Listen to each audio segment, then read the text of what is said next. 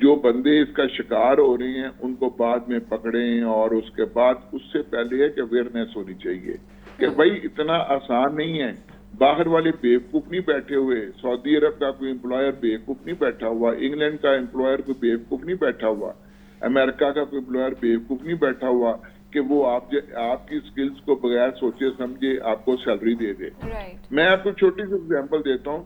I belong to originally from Wazirabad. وہاں ایک بڑا مشہور سکینڈل ہوا تھا ڈبل شاہ کا. ڈبل شاہ لوگوں کو پیسے 3 ماہ میں ڈبل کر کے دیتا تھا, تو ہر بندہ اس کو پیسے دے رہا تھا. تو میں اس وقت آئی واز کوائٹ ینگ, تو مجھے کسی نے کہا جی بات یہ ہے کہ جی یہ 3 ماہ میں ڈبل کر کے دے رہے ہیں, جٹھا صاحب آپ بھی کروا لیں. میں نے کہا جی میں باہر پڑھتا بھی رہا ہوں, وکالت بھی کرتا رہا ہوں, مجھے دنیا میں کوئی ایسا کاروبار نظر نہیں آیا جو 3 ماہ میں ڈبل کر دے.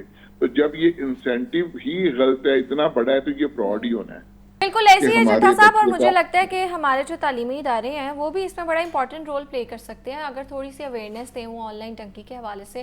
اور امید کرتے ہیں کہ لوگ بچیں اس سے. اور آج کا شو بھی ہم نے جو اسپیشل یہ جو ٹاپک ہے یہ اسی لیے رکھا ہے کیونکہ ایسے کیسز بڑھتے جا رہے ہیں. تو آج ہم بات کر رہے تھے اور اس پر بات کرنے کے لیے میرے ساتھ موجود تھے رانا فہد امین, تھینک یو سو مچ. اور ساتھ ساتھ میرے ساتھ موجود تھے ویزا کنسلٹنٹ نعمان چٹھا صاحب. چٹھا صاحب بہت شکریہ آپ کا.